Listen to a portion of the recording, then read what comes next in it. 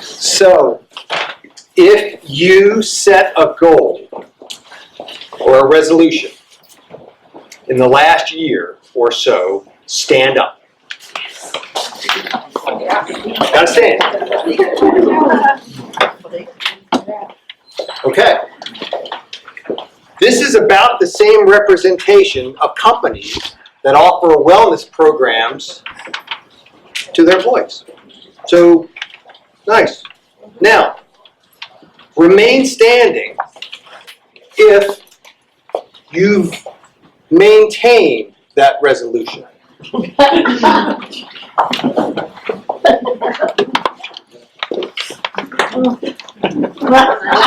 You wait a minute, they still keep sitting down. See how that works? So you guys are doing better than the average employee participation in wellness programs.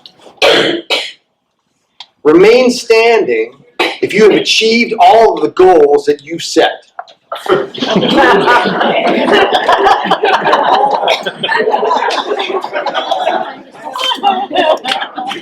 You represent the measured financial return on wellness programs. Because guess what? The data is not there. So let's talk about wellness past and present. We're going to do a little bit of a history test. And is there a future? So let's talk about the need. What is it that we experience? So workplace stress responsible to up to $190 billion in annual U.S. healthcare costs. Anybody here feel stressed? Oh my God. Right? Here's why workplace stress is costing employers $300 billion a year. $300 billion a year. These are articles you take right out of Forbes, right out of Harvard Business Review, the high price of workplace stress. Presenteeism costs businesses 10 more times than absenteeism. Who knows what presenteeism is? Yes, ma'am. Answer. It's people who are at work, but they're not at work necessarily. Yes. They're there, but they're not really there. Now, we all have a day where we're there and we're not really there for different reasons. But a lot of the time when people are present but not working, it's because they are not completely well. And when you talk about workplace wellness, that is what we're talking about. Part of what's not in my introduction, went back to my time at Pfizer, I was part of an industry-wide coalition that was involved in the original design of what became the American Affordable Care Act, 2008. All the contribution we put into it, none of it showed up in the final bill, but you learn a lot around companies and organizations and what it is, this notion of what health and wellness is supposed to be about. So we've been talking about it now for 10 years. You guys have been talking about it probably longer than that. But presenteeism is one of those costs. The average company loses about 1 to 2 days of employment per person in a given year because they're sick and they don't show up. Times that 10, you get presenteeism. And that's the folks that you know when you show up into the office and you look at it and you go like, you really shouldn't be here. Oh, I came anyway. Burnout comes. Anybody heard about burnout? Employers need to recognize that wellness starts at work. How many of you guys have got a wellness program of any kind at your employer? It's a positive, you better. Who else? Okay. And what's an example of something that you do? What's an example of something that you do? Your wellness program. Chair yoga. Chair yoga. Very nice. What else? We bring in massage therapists. Bring the therapy in. Nice. What else? Massage Friday. Massage Friday. What else? Tai Chi. Tai Chi. What else? Zumba. Zumba. At work. Step challenge. So we've got different practices that we have. This is more about absenteeism. By the way, how many of you have got people who travel for work in your company? How many of you have got one heck of a horrible commute? Nobody? None of you guys have bad commutes? Man, I'm moving to Broward. The cost of business travel on people is an increasing rate in terms of cardiovascular disease, other stress-related diseases, diabetes, obesity, all these things. And the more we ask of people, the more at risk they are of these chronic diseases. But here's the problem. This is from Harvard Business Review. Corporate wellness programs lose money. That's just what the data tells us.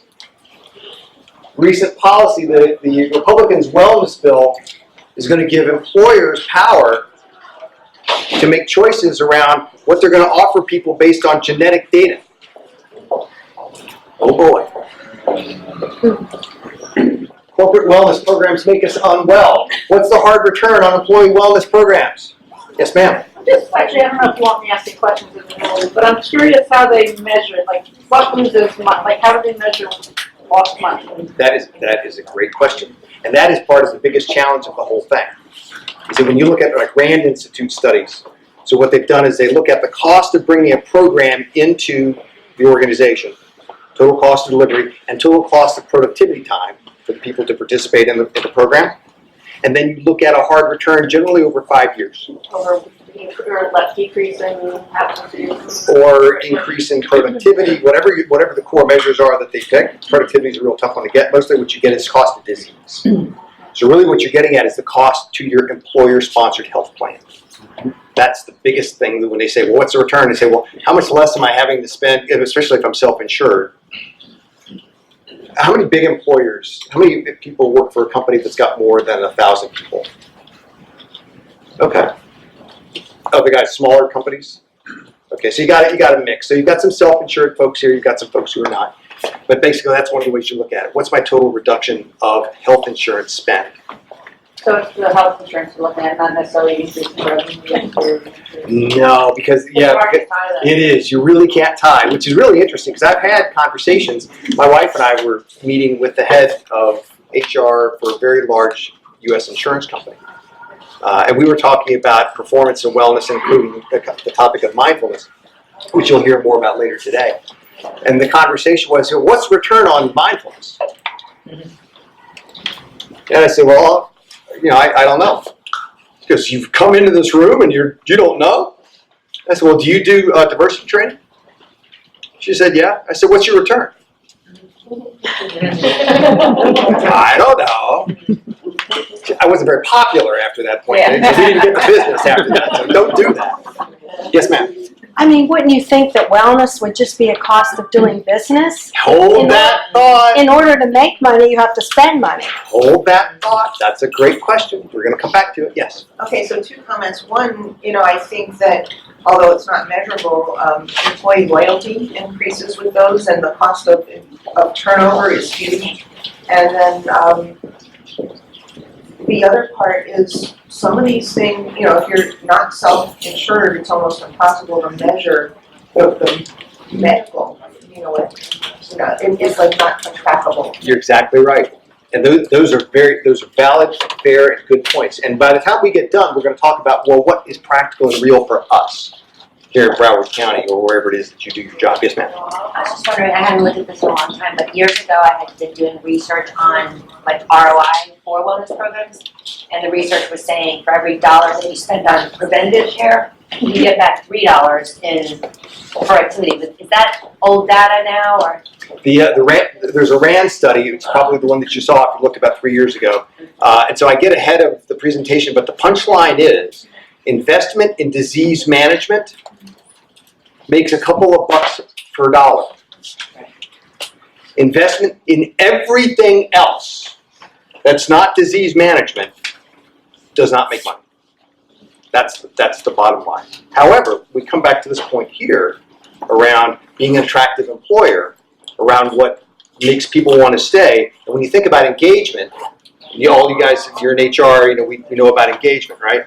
So what do we know engagement is? Engagement is 2 things.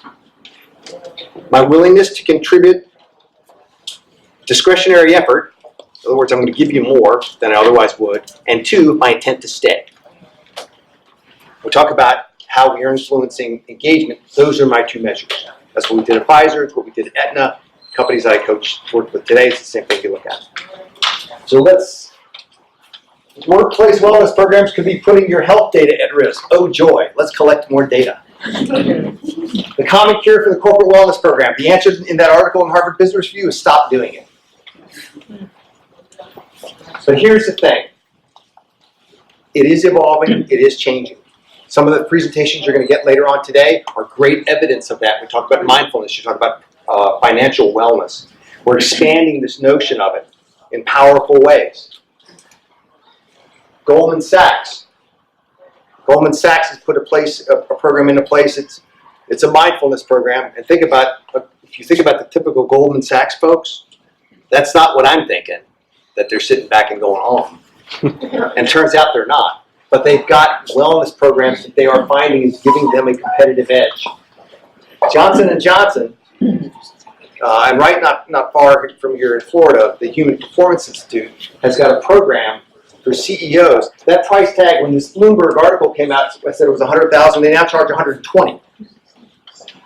For $120,000, you can take your CEO and your CEO will go through this program that involves diet, exercise, wellness, leadership coaching, all the rest of this stuff. $120,000.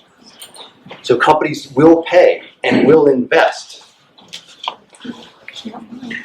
And then really, this gets, I think, to your point, this linking of wellness, morale, and the bottom line. So these are some of the challenges that we're talking about. The fundamental question is, do workplace wellness save employers money? And as asked and answered, not really. In fact, when you look at some of the latest studies that I looked at, the average return was $157 per employee of benefit, measurable benefit. And that wasn't even statistically significant. So it's a wash. So when your business bosses look at you and go, what's the return? If you say anything other than, or if you say it's financial, you're probably going to get called out. Point is, that's not the full answer. Why do we do many of the things that we do in human resources? I've been in human resources for 30 years. Of course it's about the business, and of course it's about the bottom line. But it's more than that. So where we've been, and where we're going. To prepare, everybody, I would like you to put both feet on the floor, hands on the tops of your legs, and with me, inhale fully, fill your lower belly, and then your center, and then you're up. Here we go. Slowly let it out through your nose, slowly.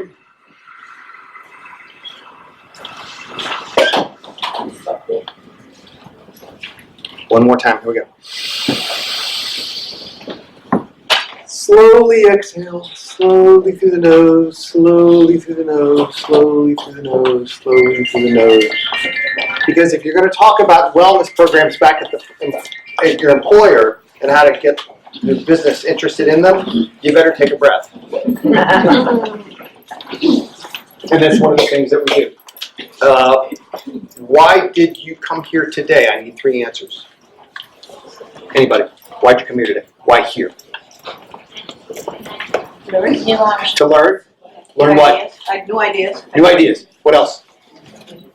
Somebody else. Why'd you come here today? What we have going on right now. Hmm? To expand a little bit what we have going on. Expand on what we've got going now? Okay.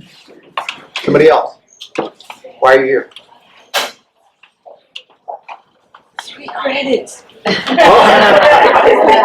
CE credits, I'll take that. That's a good answer. That's right. That is an honest answer. So when we talk about workplace wellness, it's been quite a journey. If you go back several thousand years to Ayurvedic medicine, you had all kinds of practices that were designed to help people be more effective and more efficient. And then we've got traditional Chinese medicines here 2,000 to 3,000 years ago, and ancient Greek medicines 500 years before, the common era. And then we've got about 2,500 years of employers saying, that's not my problem. That's your problem, employee. So you get a long expanse of employers basically just going, nope, not me. That began to change though. In the 1950s, we saw an evolution of employee assistance programs. That's before I was born. That's what they told me. In the 1960s, we had executive wellness programs. You guys ever watch Mad Men, that show? Right? You know, the executive wellness program is alcohol and tobacco largely, and then cocaine eventually. But in the 60s, what you also began to get is this focus on executive wellness, this awareness of employers. If I take care of the people at the top, maybe they'll give better care of business. And then in the 70s, time management programs. In the 1980s, stress management programs. 1990s, the whole concept of work-life balance began to show up. And mental health benefits began to emerge in employer-sponsored plans. Not before, about that time, because they began to realize these things are tied together. In the 2000s, we begin to get holistic health, and you begin to see the government get involved with recommendations. In the mid-2010s, work-site wellness starts showing up. Yoga, preventive care. In the 2010s, you start getting disease management.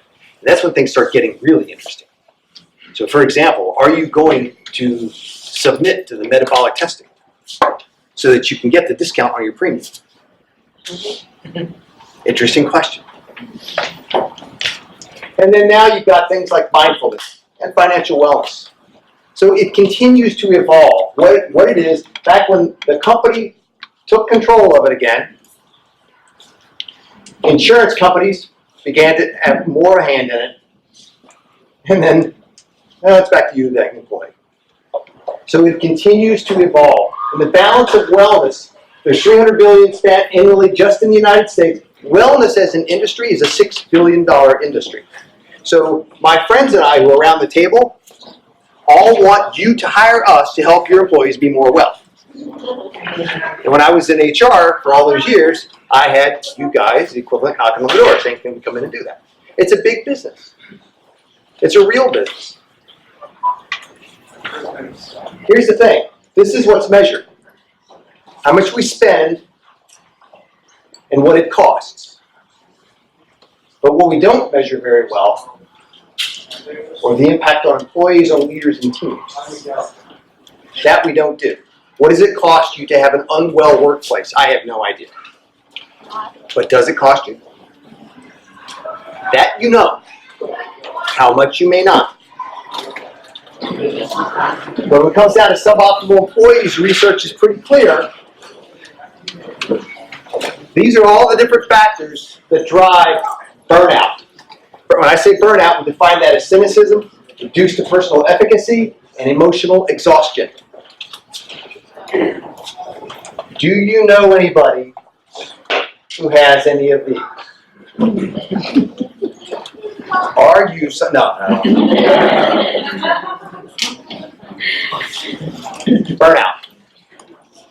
Burnout. Workplace anxiety. And you can see that you can read the science on it, the studies on it, has become the #1 driver of disease. Is workplace stress. So when we talk about wellness, if we're not prepared to talk about stress, we need to fold our tent and go home. Because there's not much else to talk about. Because stress is the driver of chronic disease. And chronic disease, as we said before, is what wellness programs can actually get a return on. The rest of it, it's all good. It may make you an employer of choice, and it may get people more engaged, and that's valuable in of itself. But if you're offering workplace yoga, and you think you're going to get a return on investment calculation for the finance person, you're not. You might, however, get a calculation of the people who participate and look at how they perform in the workplace. That might be interesting for you. I don't see studies on that.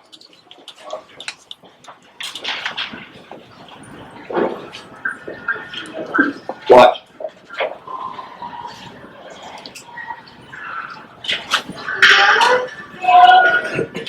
Somebody knows what this is because they said it already. Yeah, it is. How many of you guys do this every day in your workplace? No? Really? Of course not. If you did that, now I'll tell you, back in the day when I had the Asia beat for Pfizer, I would sit in my hotel room in Hong Kong. I could watch all of the workers do it outside in the morning. First time I saw it, I was like, what on earth is he doing? That's really cool. And they don't do it because it's just this thing. They do it because they know it works. So Tai Chi in the workplace, you know a provider that does that? It has an effect. Does it translate to the workplace? Maybe, maybe not. Depends on your workplace. I'll tell some stories a little bit as we go along. But part of what this is, one of the biggest questions that you have to answer is what works in my shop? What works in my company? What will my CEO or my general manager or my boss, what will resonate with them? Because if you got an idea and it doesn't resonate with them and you can't find a way to connect it, you're not going to get anywhere. And you guys already know that. So lessons that are still being learned. These lessons come from my time at Pfizer, at Aetna, and even yet today. So I'm just going to kind of take you through them, and then we will take some conversation about it. So who takes advantage? Who takes advantage of yoga in the workplace? The healthiest employee. Yes! Yes! The person who was going to yoga anyway! Thank God I can go during the day and I don't have to go to work. Who should be going to yoga in the workplace? Not the person who's going. It's really, really interesting when you start looking about who takes advantage. When I was at Pfizer, we took a very bold step, and we offered free prescription coverage to all employees, even for drugs we didn't make. No copay. Any drug.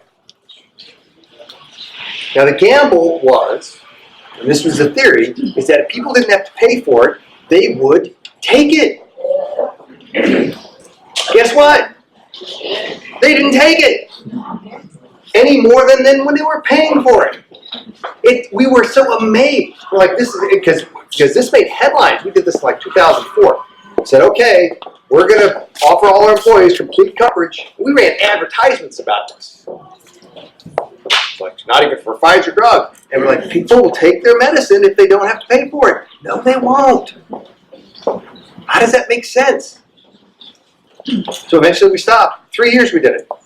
Yes? So did you find an increase in people that would take the brand name drug instead of the generic drug because it was less uncommon? Like they didn't notice or care? It was in the early 2000s, the difference between generic and branded wasn't as intense as it became 10 years later. So it didn't matter. Because we said, hey, if your doctor prescribes it, boom, we're paying for it, no copay. People would fill the prescriptions, then not take it. At the same rate they did when they paid a copay. To this day, we didn't understand. We still don't understand. How can that be? Cleveland Clinic and Johns Hopkins did some real interesting studies, and this is for those of you that are thinking about mindfulness and fitness programs in your workplaces. And this is very similar to a place that my wife and I recently did. The study was of people who entered into these programs and what worked and what didn't.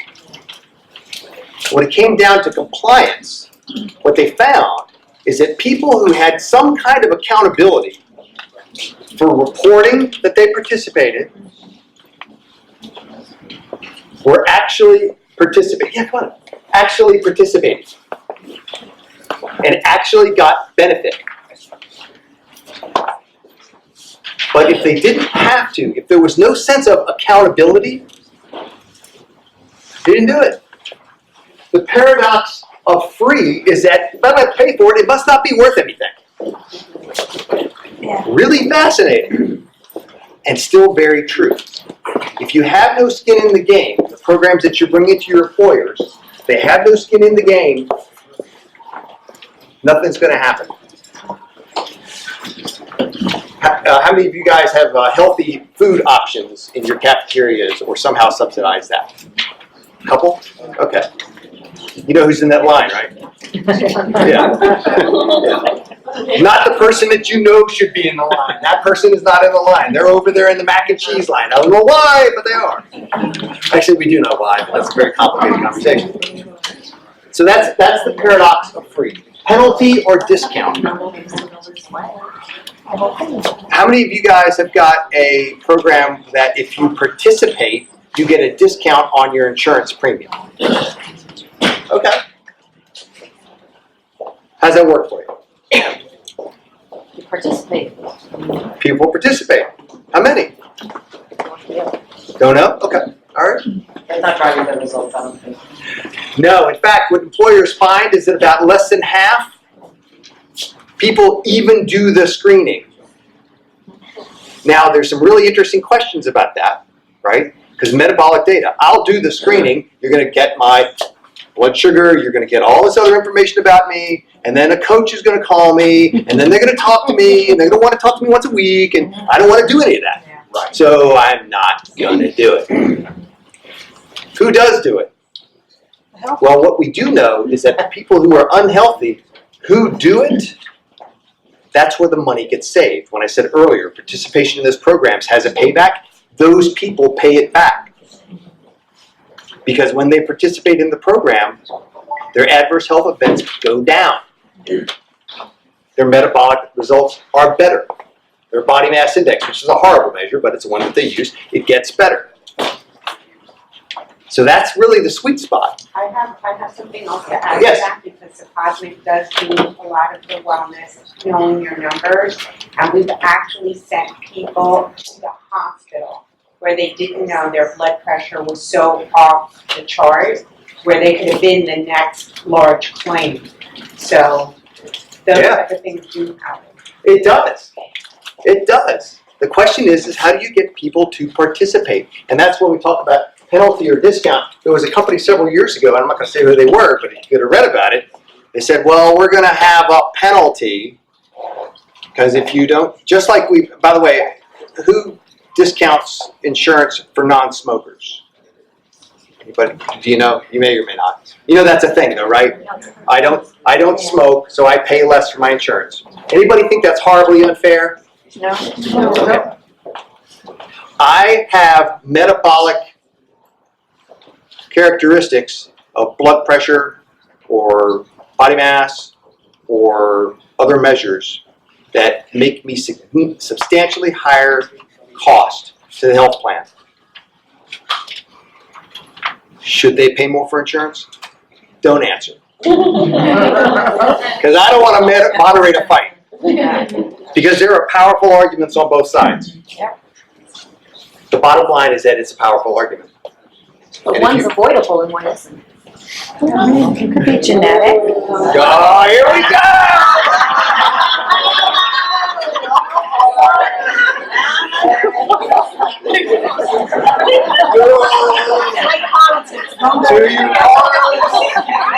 To your corner.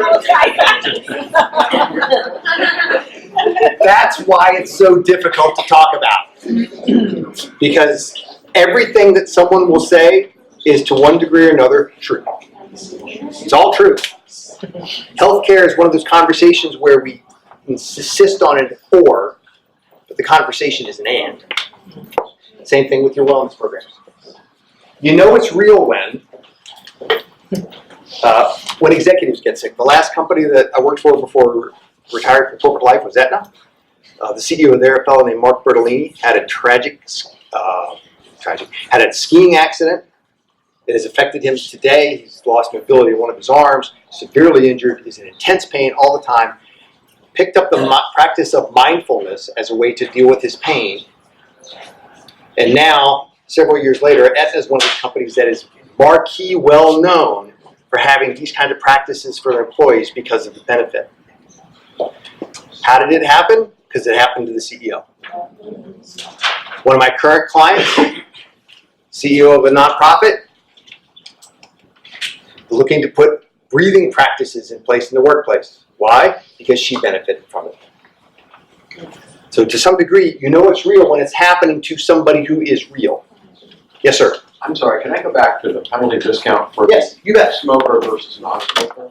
So what would be the reason for not having that penalty or discount? Because I would think that would motivate people. In my experience, my last company, we did motivate people to at least look into trying to quit smoking because it was a financial expense to them. It is, and smoking is the smoker's penalty has been in place so long, well back into the 80s, early 80s, in terms of what company you check the box and rates go up, right? That people today would not question it. Take the conversation to other, because you get the debate we had, what we almost had, thank you for not, on metabolic syndrome is that, well, it's genetic, or it's behavioral, or it's environmental, or it's all those things. Whereas smoking is kind of, you're smoking or you're not, right? So the feeling today is every company, you don't get, from what you've heard, the negative feedback choice of mine to smoke. I shouldn't have to pay. You don't hear it. Don't hear it. Some people lie. They say they're not a smoker and you know they're a smoker. Nobody lies. What do you mean? Yes. Some of them do. Because who's gonna tell them? Yeah, I'm not a smoker. At least not They the just last. check no, but hour or they so. run outside and smoke. That's true. That's true. Which I would submit to you probably means you have a different problem with that person. But yes. So if you're a small employer, you know, the experience I've had is the insurance companies don't give you a different opinion for a smoker or not smoker. So there's no motivation there. Right, and that's one of the challenges of being in a small pool, is when you because reduce your population size enough, your ability to differentiate premium disappears, because I don't have a population big enough of these people versus those people to know, and so you just kind of get lumped in. It's one of the big challenges facing smaller companies, right? Is that, well, how do I reduce my premium? I don't know. What are your choices? Not so many. It is a challenge. It's easier for bigger employers to do.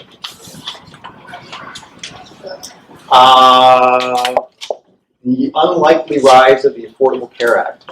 I mentioned this earlier, and I got to be involved in that work in 2008 and 2009.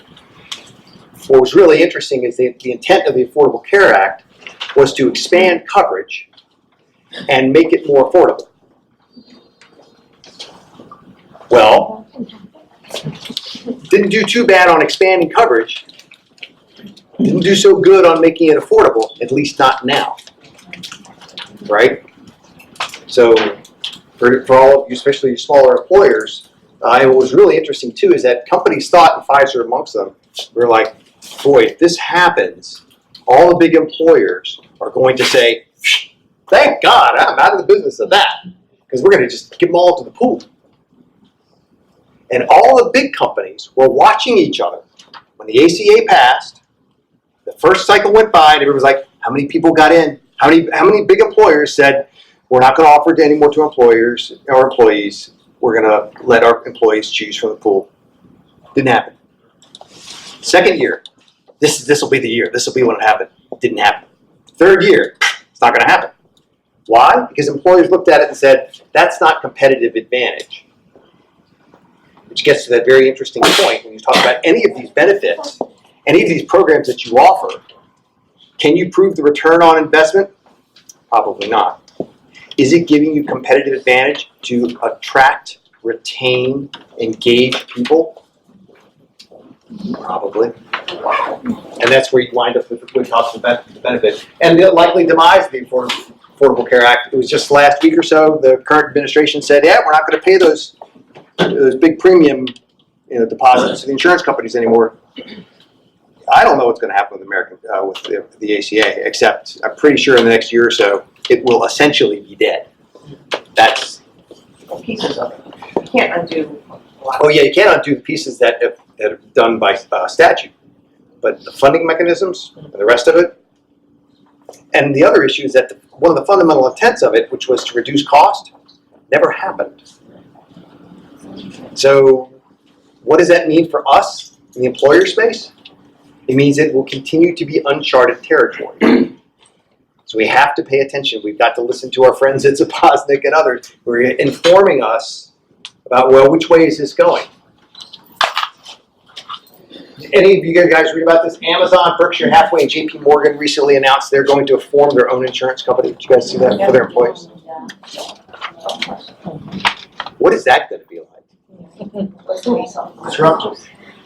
It is gonna be self-funded, it could be disruptive. What's gonna be fascinating, and from my perspective, is can they make it work? Because what do you know, how many of you guys have been a doctor in the last year? What'd you spend the 15 minutes doing? Filling out all the forms. Hey, don't you already have these? Didn't I do these months before? What's gonna be really fascinating to watch is can these guys find a way to get the efficiencies of scale in healthcare that the Affordable Care Act cannot. That, I think, is going to be really interesting. So let's talk about us. Let's talk about our role. How many of you people are HR people? I describe myself as a retired, recovering HR executive. Thank God. Thank God. That's after 20 some odd years of that, I continue to work for the same lady. That's my boss, right back there in the pink. Also my wife.